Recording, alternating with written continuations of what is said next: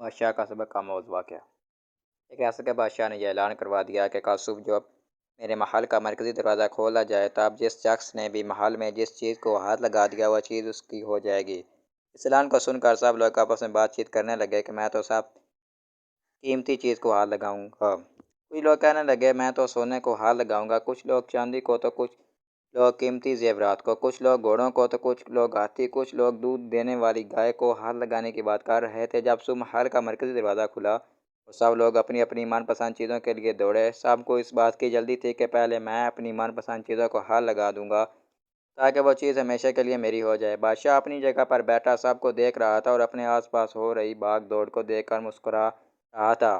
اس وقت اس بھیڑ میں سے ایک شخص بادشاہ کی طرف بڑھنے لگا اور آہستہ آہستہ چلتا ہوا بادشاہ کے پاس پہنچ کر اس نے بادشاہ کو چھو لیا۔ بادشاہ کو ہاتھ لگاتے ہی بادشاہ اس کا ہو گیا اور بادشاہ کی ہر چیز بھی اس کی ہو گئی۔ جس طرح بادشاہ نے ان لوگوں کو موقع دیا اور ان لوگوں نے غلطیاں کیں، ٹھیک اس طرح ساری دنیا کا مالک بھی ہم سب کو ہر روز موقع دیتا ہے، لیکن افسوس ہم عقل کے اندھے لوگ بھی ہر روز غلطیاں کرتے ہیں۔ ہم اللہ کو حاصل کرنے کے بجائے اللہ کی بنائی ہوئی دنیا کی چیزوں کی آرزو کرتے ہیں، لیکن کبھی بھی ہم لوگ اس بات پر غور نہیں کرتے کہ کیوں نہ دنیا کے بنانے والے مالک کو پا لیا جائے۔